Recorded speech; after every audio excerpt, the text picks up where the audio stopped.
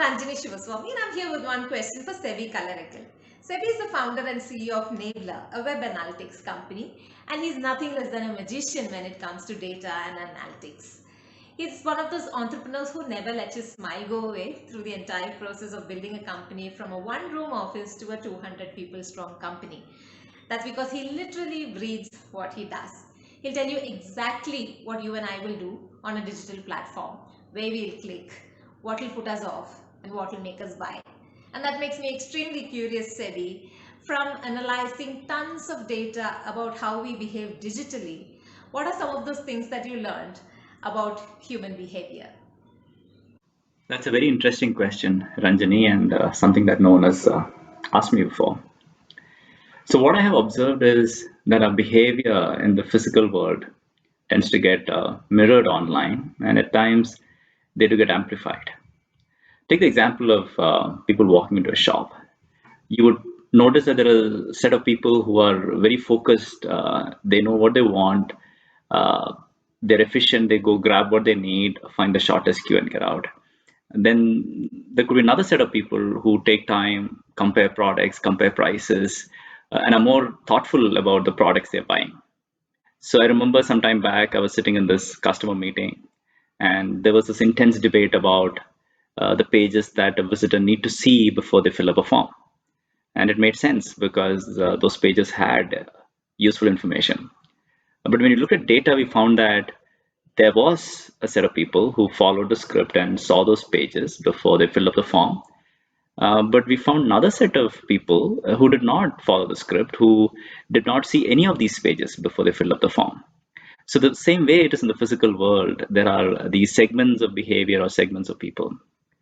Another interesting thing about our behavior is parts of it get amplified when we are online.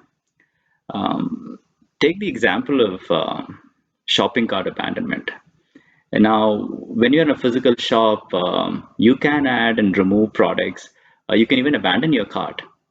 But we don't do it that often because there's just too much friction in doing that. But in the online world, we do that all the time.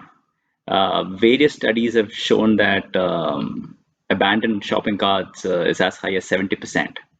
Now imagine you're in a physical shop, you have 20 products in your cart, and just before you reach the checkout, you remove 19 of the products. You typically don't do it.